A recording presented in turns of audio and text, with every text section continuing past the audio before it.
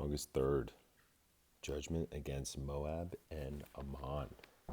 Zephaniah 2:8. I have heard the reproach of Moab and the insults of the people of Ammon, with which they have reproached my people and made arrogant threats against their borders. Therefore, as I live, say the Lord of hosts, the God of Israel, surely Moab shall be like Sodom, and the people of Ammon like Gomorrah, overrun with weeds and salt pits, and in perpetual desolation. The residue of my people shall plunder them, and the remnant of my people shall possess them. This they shall have for their pride, because they have reproached and made arrogant threats against the people of the Lord of hosts. The Lord will be awesome to them, for he will reduce to nothing all the gods of the earth. People shall worship him, each one from his place, indeed all the shores of the nations. You Ethiopians also, you shall be slain by my sword. And he will stretch out his hand against the north, destroy Assyria, and make Nineveh a desolation. As dry as the wilderness, the herds shall lie down in her midst.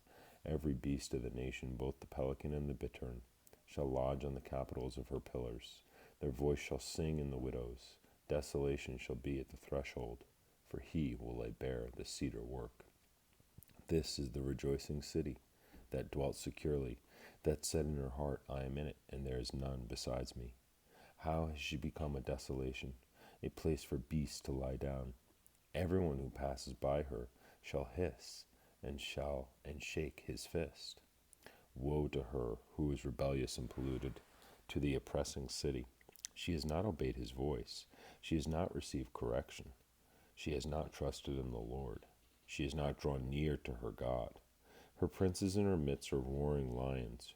Her judges are evening wolves that leave not a bone till morning. Her prophets are insolent, treacherous people. Her priests have polluted the sanctuary. They have done violence to the law. The Lord is righteous in her midst. He will do no unrighteousness. Every morning he brings his justice to light. He never fails, but the unjust knows no shame. I have cut off nations. Their fortresses are devastated. I have made the streets desolate, with none passing by. Their cities are destroyed. There is no one, no inhabitant. I said, surely you will fear me. You will receive instruction so that her dwelling would not be cut off, despite everything for which I punished her. But they rose early and corrupted all their deeds. Therefore, wait for me, says the Lord, until the day I rise up for plunder. My determination is to gather the nations to my assembly of kingdoms, to pour on them my indignation, all my fierce anger. All the earth shall be devoured with the fire of my jealousy. For then I will restore to the peoples a pure language, that they may all call on the name of the Lord, to serve him with one accord. From beyond the rivers of Ethiopia, my worshippers, the daughter of my dispersed ones, shall bring my offering. In that day you shall not be ashamed for any of your deeds, in which you transgress against me. For then I will take away from your midst those who rejoice in your pride, and you shall no longer be haughty. In my holy mountain I will leave in your midst a meek and humble people, and they shall trust in the name of the Lord. The remnant of Israel shall do no unrighteousness and speak no lies. Nor shall a deceitful tongue be found in their mouth, for they shall feed their flocks and lie down, and no one shall make them afraid. Sing, O daughter of Zion. Shout, O Israel. Be glad and rejoice with all your heart, O daughter of Jerusalem. The Lord has taken away your judgments. He has cast out your enemy. The King of Israel, the Lord, is in your midst. You shall see disaster no more. In that day it shall be said to Jerusalem, do not fear. Zion, let not your hands be weak. The Lord your God in your midst, the mighty one, will save. He will rejoice over you with gladness. He will quiet you with his love. He will rejoice over you with singing. I will gather those who sorrow over the appointed assembly, who are among you, to whom its reproach is a burden. Behold, at that time I will deal with all who afflict you. I will save the lame, and gather those who were driven out. I will appoint them for praise and fame in every land where they were put to shame. At that time I will bring you back, Even at that time I will gather you, for I will give you fame and praise among all the peoples of the earth, when I return your captives before your eyes, says the Lord. After all this, 2 Chronicles 35:20. After all this, when Josiah had prepared the temple, Necho, king of Egypt, came up to fight against Carchemish by the Euphrates, and Josiah went out against him. But he sent messengers to him, saying, What have I to do with you, king of Judah? I have not come against you this day, but against the house with which I have war. For God commanded me to make haste. Refrain from meddling with God who is with me, lest he destroy you. Nevertheless, Josiah would not turn his face from him, but disguised himself so that he might fight with him, and did not heed the words of Necho from the mouth of God. So he came to fight in the valley of Megiddo, and the archers shot King Josiah. And the king said to his servants, Take me away, for I am severely wounded. His servants therefore took him out of that chariot, and put him in the second chariot that he had, and they brought him to Jerusalem. So he died, and was buried in one of the tombs of his fathers, and all of Judah and Jerusalem mourned for Josiah. Jeremiah also lamented for Josiah, and to this day all the singing men and the singing women speak of Josiah in their lamentations. They made it a custom in Israel, and indeed they are written in the laments. Now, the rest of the acts of Josiah and his goodness, according to what was written in the law of the Lord, and his deeds from the first to the last, indeed they are written in the book of the kings of Israel and Judah. Now we go to 2 Kings 23:29. In his days, Pharaoh Necho, king of Egypt, went to aid of the king of Assyria to the river Euphrates, and King Josiah went against him. And Pharaoh Necho killed him at Megiddo when he confronted them. Then his servants moved his body in a chariot from Megiddo, brought him to Jerusalem, and buried him in his own tomb. And the people of the land took Jehoahaz, the son of Josiah, anointed him, and made him king in his father's place. Jeremiah 47. Jeremiah's statement about Pharaoh in 47 may refer to 609 BC, when Pharaoh Necho of Egypt went to Carchemish. Verse 1. The word of the Lord that came to Jeremiah the prophet against the Philistines before Pharaoh attacked Gaza. Thus says the Lord, Behold, waters rise out of the north, and shall be an overflowing flood. They shall overflow the land and all that is in it, the city and those who dwell within. Then the men shall cry, and all the inhabitants of the land shall wail, at the noise of the stamping hoofs and the strong horses, at the rushing of his chariots, at the rumbling of his wheels. The fathers will not look back for their children, lacking courage, because of the day that comes to plunder all the Philistines, to cut off from Tyre and Sidon every helper who remains. For the Lord shall plunder the Philistines, the remnant of the country of Caphtor. Baldness has come upon Gaza. Ashkelon is cut off. With the remnant of their valley, how long will you cut yourself? O you sword of the Lord, how long until you are quiet? Put yourself up into your scabbard, rest and be still. How can it be quiet, seeing the Lord has given it a charge against Ashkelon and against the seashore? There he has appointed it. Jeremiah 48. Against Moab, thus says the Lord of hosts, the God of Israel, Woe to Nebo, for it is plundered. Kirjathaim is shamed and taken. The high stronghold is shamed and dismayed. No more praise of Moab. In Heshbon they have devised evil against her. Come, and let us cut her off as a nation. You also shall be cut down, O madmen. The sword shall pursue you. A voice of crying shall be from Horonaim, plundering and great destruction. Moab is destroyed. Her little ones have caused a cry to be heard. For in the ascent of Luhith they have ascended with continual weeping.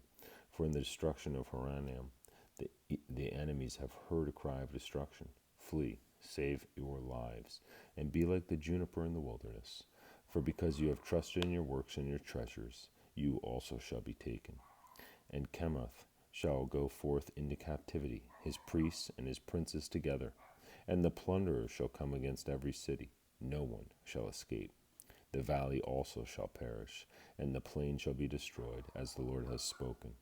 Give wings to Moab, that she may flee and get away.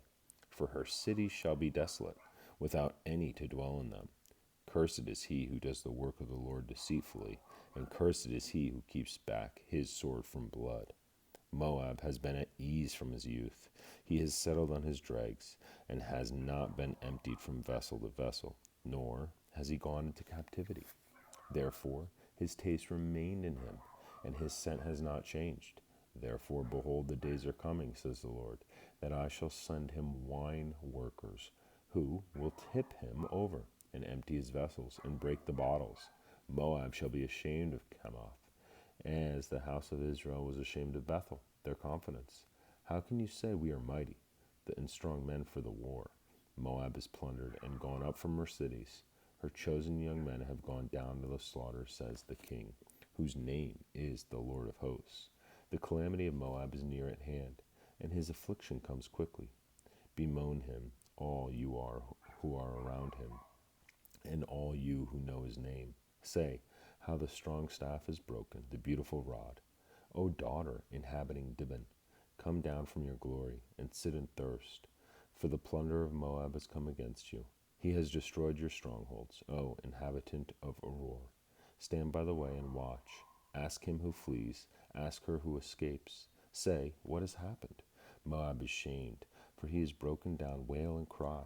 Tell it in Arnon, that Moab was plundered.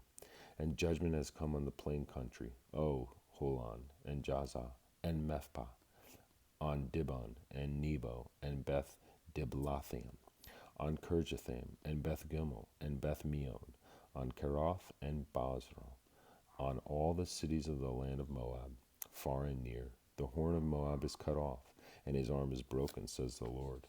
Make him drunk, because he has exalted himself against the Lord. Moab shall wallow in his vomit.